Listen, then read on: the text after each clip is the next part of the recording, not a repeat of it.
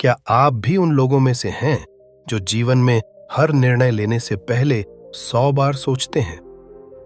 क्या आप भी कभी कभी सोचते हैं अगर ये गलत हो गया तो, और इसी सोच में कोई बड़ा कदम नहीं उठा पाते? तो रुकिए, यही डर, यही सावधानी कभी कभी आपकी असली सफलता के रास्ते की सबसे बड़ी रुकावट बन जाती है। लेकिन अगर आप समझ जाएं कि जोखिम, रिस्क सिर्फ एक जुआ नहीं है बल्कि एक कला है जिसे समझदारी से अपनाया जाए, तो ये आपको सामान्य इंसान से असाधारण बना सकती है। तो आपकी सोच ही बदल जाएगी। इस पहले भाग में हम जानेंगे जोखिम क्या होता है, रिस्क लेने वाले और रिस्क से डरने वालों में क्या फर्क होता है, क्यों कुछ लोग जोखिम से डरते हैं जबकि कुछ लोग उसी में अपनी शक्ति ढूंढ लेते हैं। रिस्क यानी अनिश्चितता, यानी आप कोई निर्णय लें और उसका परिणाम 100% न पता हो। लेकिन जरा सोचिए, क्या जीवन में कभी कुछ भी 100% तय होता है? जब आप सुबह उठते हैं, क्या गारंटी है कि दिन अच्छा जाएगा? जब कोई नया बिजनेस शुरू करता है, क्या गारंटी होती है कि वो सफल ही होगा? जब कोई रिलेशनशिप में जाता है, क्या पक्का होता है कि वो रिश्ता टिकेगा? नहीं। फिर भी हम ये सब करते हैं। क्यों? क्योंकि हम इंसान रिस्क लेने के लिए ही बने हैं। पर जब डर हावी हो जाता है, तब हम अपनी क्षमता से समझौता करने लगते हैं। रिस्क से डरने वालों की मानसिकता कैसी होती है? वे हमेशा सोचते हैं, मुझे फेल होना नहीं पसंद, लोग क्या कहेंगे, अगर सब कुछ खराब हो गया तो, मेरे पास रिसोर्स नहीं है, मैं तैयार नहीं हूं। रिस्क लेने वालों की मानसिकता कैसी होती है? वो हमेशा सोचते हैं, मैं सीखूंगा चाहे परिणाम कुछ भी हो। अगर ये काम कर गया तो जिंदगी बदल सकती है, मैं कुछ बड़ा करने आया हूं। गलती भी एक अनुभव है। यह मानसिकता ही तय करती है कि कोई इंसान एक सामान्य जीवन जिएगा या असाधारण। हमारा दिमाग सुरक्षित रहना चाहता है, ये हमें खतरे से बचाने के लिए बना है। लेकिन दिक्कत तब होती है जब ये जरूरत से ज्यादा सतर्क हो जाता है। लड़ो या भागो, फाइट और फ्लाइट मोड में हमारा दिमाग रिस्क को खतरे के तौर पर देखता है।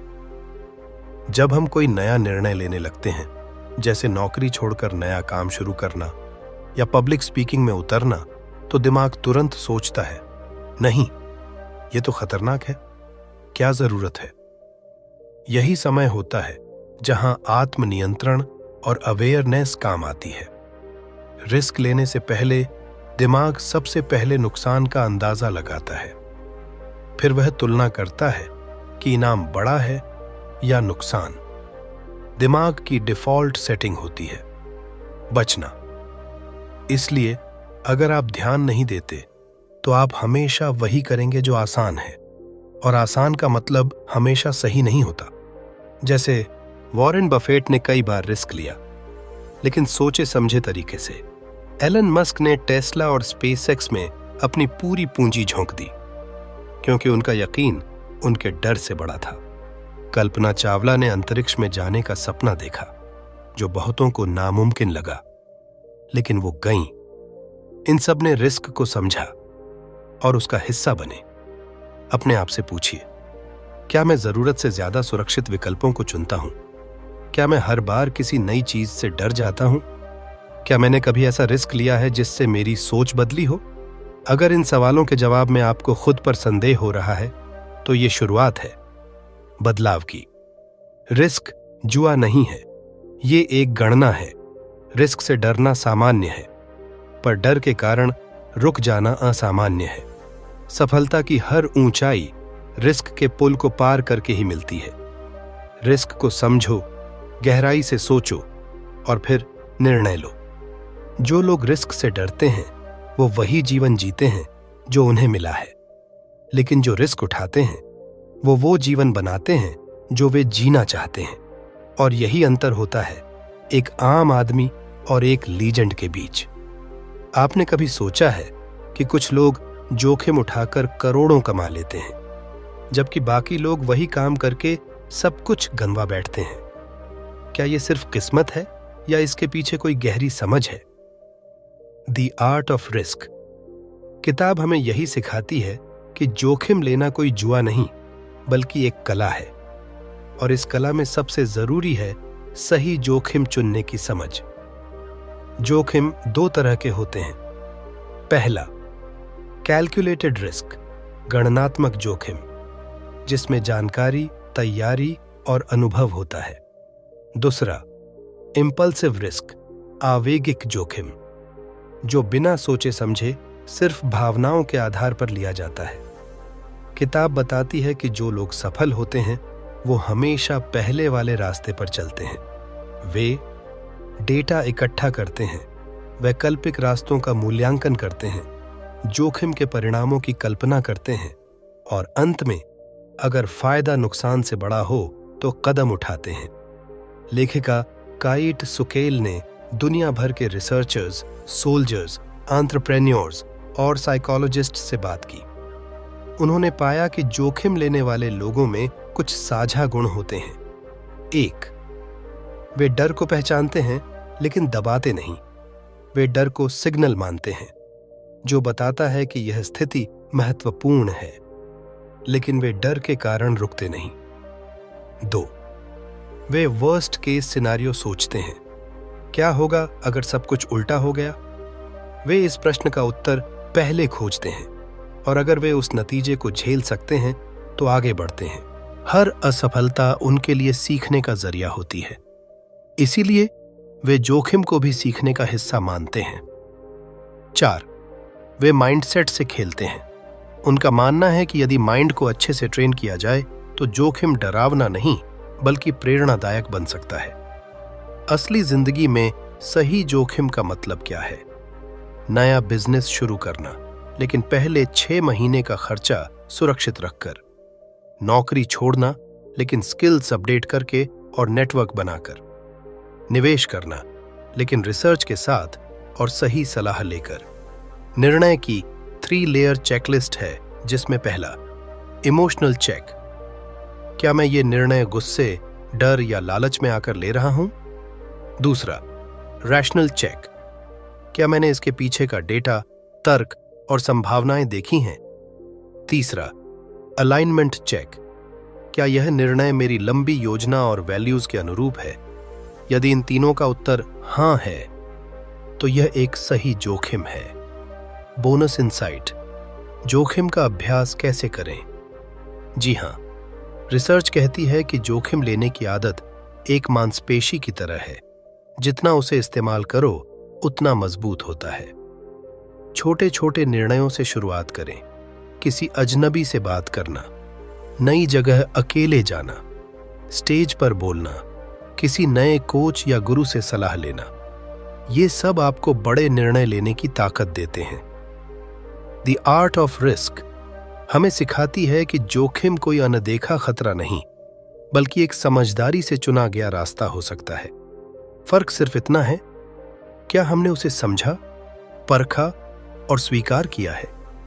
क्या आपने कभी यह महसूस किया है कि कोई बड़ा निर्णय लेने से पहले दिल की धड़कन तेज हो जाती है, या फिर जोखिम उठाने के बाद एक अनोखा आत्मविश्वास महसूस होता है?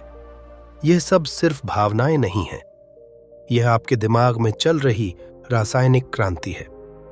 द आर्ट ऑफ रिस्क किताब बताती है कि कैसे हमारा मस्तिष्क जोखिम के अनुभव से बदलता है, और यह बदलाव हमारे भविष्य के फैसलों को आकार देता है। काइट सुकेल बताती हैं कि जोखिम लेने की प्रवृत्ति सिर्फ मनोवैज्ञानिक नहीं, बल्कि जैविक, बायोलॉजिकल भी है। जब आप कोई जोखिम लेते हैं, तब डोपामिन रिलीज होता है, जो एक प्रेरणा देने वाला न्यूरोकेमिकल है। आपका अमिगडाला सक्रिय हो जाता है, जो डर और खतरे की पहचान करता है। प्रीफ्रंटल कॉर्टेक्स फैसलों का विश्लेषण करता है और दीर्घकालिक नतीजों को तौलता है। ये सब मिलकर तय करते हैं कि आप जोखिम उठाएंगे या नहीं। क्या हर किसी का मस्तिष्क जोखिम को एक जैसा देखता है? नहीं। वैज्ञानिकों ने पाया है कि कुछ लोगों का मस्तिष्क जोखिम की स्थिति में अधिक डोपामिन रिलीज करता है, जिससे उन्हें जोखिम अधिक आकर्षक लगता है। ऐसे लोग ज्यादातर एंटरप्रेन्योर, निवेशक या खोजकर्ता होते हैं। क्यों कुछ लोग जोखिम से डरते हैं? उनके दिमाग में डर से जुड़ा अनुभव अधिक तीव्र होता है।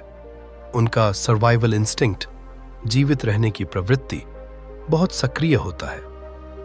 बचपन के अनुभवों और सामाजिक कंडीशनिंग ने उनके दिमाग को सुरक्षा को प्राथमिकता देने के लिए तैयार किया है।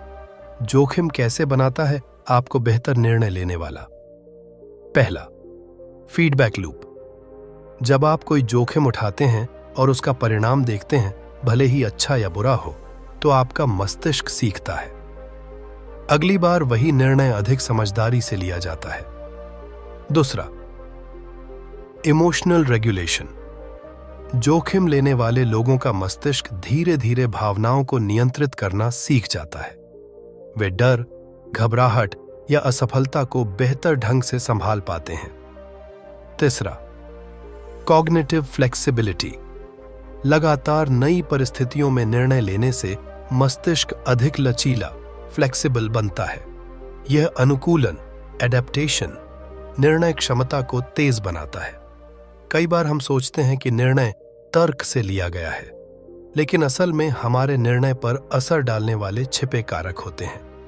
भूतकाल की असफलता, सोशल मीडिया पर दूसरों की सफलता की कहानियां, परिवार और समाज की अपेक्षाएं, समय का दबाव, स्वयं की आत्म छवि, द आर्ट ऑफ रिस्क, इन सभी को पहचानने और उनके प्रभाव को कम करने के लिए चेतनता, अवेयरनेस का अभ्यास करने को कहती है। जिसमें पहला, रिस्क रिफ्लेक्शन, जर्नल। हर बार जब आप कोई बड़ा निर्णय लें तो उसके पहले और बाद के विचार लिखें। दूसरा, इमोशन लेबलिंग। जब भी डर महसूस हो, उसे स्पष्ट नाम दें। यह असफल होने का डर है, यह सामाजिक शर्मिंदगी का डर है। यह अभ्यास डर की शक्ति को कम करता है। तीसरा, डिसीजन रिहर्सल। निर्णय लेने से पहले उसकी कल्पना करें। क्या होगा अगर यह निर्णय गलत साबित हो? इससे आपका मस्तिष्क तैयार हो जाता है। सबसे बड़ा खतरा जोखिम नहीं है, बल्कि जोखिम से बचने की आदत है। कंफर्ट जोन में मस्तिष्क खुद को सुरक्षित महसूस करता है, लेकिन धीरे धीरे वो जड़ता में चला जाता है। किताब कहती है, यदि आप लगातार आसान रास्ता चुन रहे हैं, तो आप शायद जीवन के सबसे महत्वपूर्ण अवसरों को खो रहे हैं। जोखिम लेने का अर्थ केवल बाहरी साहस नहीं, बल्कि अंदरूनी मस्तिष्कीय परिवर्तन भी है। यह परिवर्तन ही आपकी सोच, निर्णय क्षमता और आत्मविश्वास को एक नए स्तर पर ले जाता है।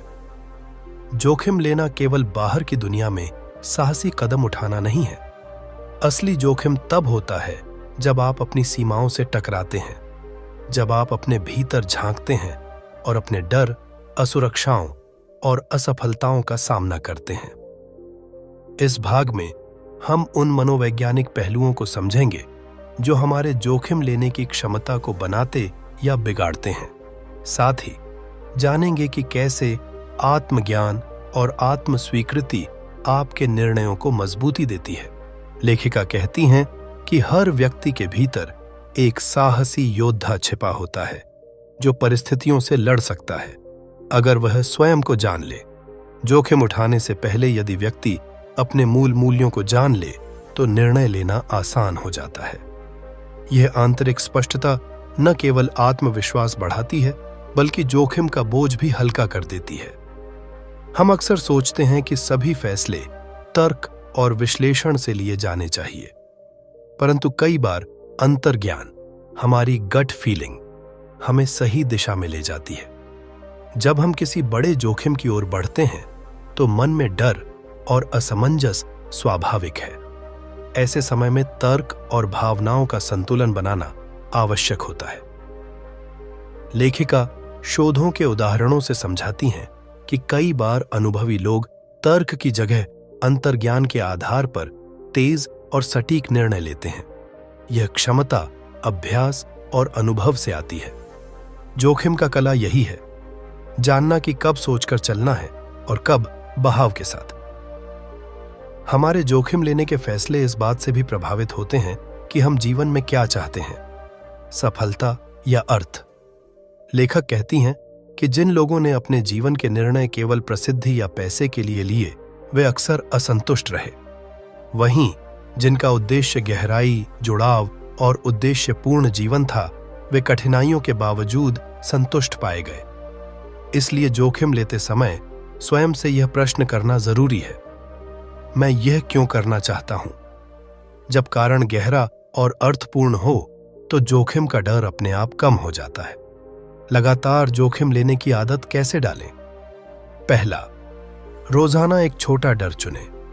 हर दिन अपने कंफर्ट जोन से थोड़ा बाहर निकलें, चाहे किसी अनजान से बात करना हो या कोई नया कार्य शुरू करना। यह छोटी छोटी चुनौतियां धीरे धीरे बड़े जोखिम के लिए तैयारी करती हैं। दूसरा, परिणाम की चिंता छोड़ें। लेखक कहती हैं, जोखिम में जीत की गारंटी नहीं होती, परंतु ग्रोथ की गारंटी जरूर होती है। जब आप परिणाम से ज्यादा प्रक्रिया पर ध्यान देते हैं तो असफलता भी एक सबक बन जाती है। तीसरा, सकारात्मक जोखिम लेने वाले लोगों के साथ रहें। आपका सामाजिक माहौल भी यह तय करता है कि आप कितने साहसी बन सकते हैं।